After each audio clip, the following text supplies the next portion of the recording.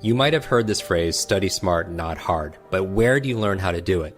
In school, you learn what to learn, math, history, science, Spanish, but not so much on how to learn. It's rare to find classes on how to learn, how to think, how to remember, and how to study.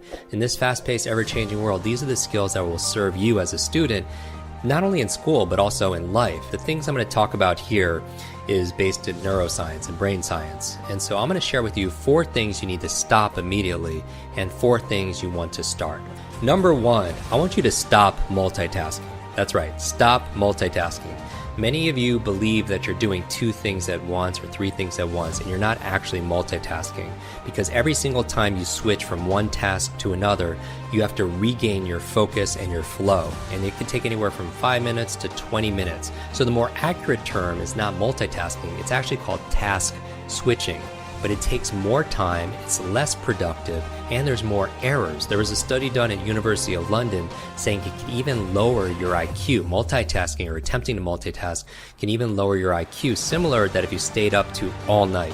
If you stayed up all night, it could actually drop up to 15 points. So I want you to do one single mental thing at a time. So stop multitasking. The second thing I'm going to ask you to stop is I want you to stop and eliminate distractions. In order for you to soar to the head of your class, you must focus. So turn your phone off, put it on airplane mode, put it in another room if you will. You could also use self-control apps if you're going to have your phone there, like Freedom or Focus Me, to block certain websites like Facebook or Twitter. Or you could even block everything except for the sites you need for your work. Number 3, I want you to stop cramming. Stop cramming. Many people don't study for days or weeks, and then they'll pull an all-nighter. They'll go 6 or 7 hours straight, which is really bad because you need sleep. That's where you consolidate short to long-term memory. But the big mistake that students are making that I see over and over again is they study for too long a period without taking breaks. You heard me right. It's important to take breaks. We know you study better when you study in chunks. Your retention diminishes after about 25 or 30 minutes. There's a time management method called the Pomodoro technique, where you set a timer to break for your work into intervals, traditionally about 25 or 30 minutes. And then you take about a 2 to 3 or 4, maybe a 5-minute break to stretch, to breathe, to hydrate, and so on. Remember, as your body moves, your brain grooves. It also takes advantage of 2 very important memory principles that we teach in Quick Recall.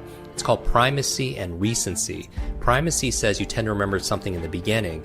Recency says you tend to remember stuff towards the end, meaning that if I gave you a list of 30 words and you didn't have some of these memory techniques, you'd probably remember the words in the beginning, primacy, and the words towards the end, which are more recent or recency. So what happens is if you study for 6 hours straight with no breaks, you remember the information towards the beginning and towards the end, but there's a huge dip in between for all that time. And the benefit of taking breaks every 30 minutes or 45 minutes, whatever you choose to break, is you create more beginnings and more ends, so you can recover a lot of that information. The 4th thing I'm going to ask you to stop is to hack this thing called acrasia. And now this is the state of acting against your own better judgment. And Socrates was said to have asked precisely, how is it possible that if one judges action A to be the best course of action, why would anyone do anything other than A? Right? You want to major in the major things, and focusing on the 80-20 rule, right? Pareto's principle. Focus on the 20% of the things that give you 80% of the results or the rewards. The challenge is a lot of people can't stick with a course of behavior. So I would recommend apps like Stick or BeMinder, which helps you to keep your commitments. Now, I'm going to rapid fire give you the 4 things that you want to start. You want to start these 4 things. So number 1, I want you to practice what we call active recall. I actually don't recommend you reread textbook chapters over and over and over again. That's what most people do through rote repetition, because you could delude yourself that you know the information that you're reading instead of really testing yourself. I'd rather you close the book and recall and recite all that you could remember, because there's a difference between recognition and recollection. There's a big difference between recognition and recollection. Many times when you're rereading that chapter over again, you actually delude yourself thinking that you remember this information when you're really just recognizing it in front of you. Because recognizing requires a trigger for you to remember something, and you may not get that on a test. You probably very well like, hey, look, you get that on a test. So study actively with the focus on recollection and quiz yourself. Don't just glance over your notes, your highlighted notes. Number 2, I would say, is start doing spaced repetition. Basically, what this is saying is you want to be able to space out your studying into intervals like you could your body when you're working it out, and separating the information, reviewing it through intervals, like maybe reviewing it an hour later, a day later, a week later, a few weeks later, helps to take it from your short-term to your long-term memory. And if you want software, many of you are very digital, that could help you accelerate that. There's a free software program called Anki.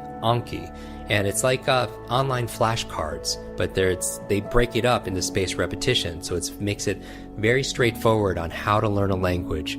Studying for medical or law exams, we use this kind of spaced repetition for memorizing people's names or faces, brushing up on your geography, mastering long poems, word for word verbatim, even practicing musical instruments like guitar chords. It helps having spaced repetition. Number 3 thing to start is using your sense of smell. Using your sense of smell. Here's the thing. A lot of people don't realize that your environment gets anchored to the information that you're learning. And so you can't always bring the environment into the place. So it's obviously better to study in the room that you're going to take the exam in, because you're unconsciously going to anchor that to the temperature, to the lighting, to the smells. All of that will get anchored to the information. But we can't always do that. So what you're going to do is you're going to take the environment in there with you. And one of the most powerful ways of doing that, actually most connected for your memory out of your senses, is your sense of smell, your olfactory sense. And so spraying an unfamiliar scent onto your body, maybe it could be an essential oil, a lip balm, a chewing gum, it's very unique flavor or scent. It could be a perfume or a cologne. While you're doing that while you're studying, then you actually put it back on when you need to be able to basically spray it again when you need to take an exam. And so the same thing could work with a different kind of unique kind of gum, will work the same way. Also, there are certain scents, for example, essential oils that actually stimulate and wake up the mind. Peppermint is very good for your focus of your senses, to improve your memory. Rosemary is really good for your memory also as well. So try tapping into your sense of smell. And then finally, number 4 thing to start doing is to listen to music. And not music that would distract you, not heavy metal, not rap, but research done at Stanford School of Medicine says that playing certain types of music, like classical music, especially from the Baroque era, it's 60 beats per minute, which is also harmonizes with the resting heart rate. And that could actually help accelerate the students to engage parts of your brain to help you pay attention and make predictions. It puts you into what they call an alpha state, a brainwave state, an alpha state, where you're relaxed and aware. Not to mention, listening to music can improve your mood and change your whole outlook in studying in general.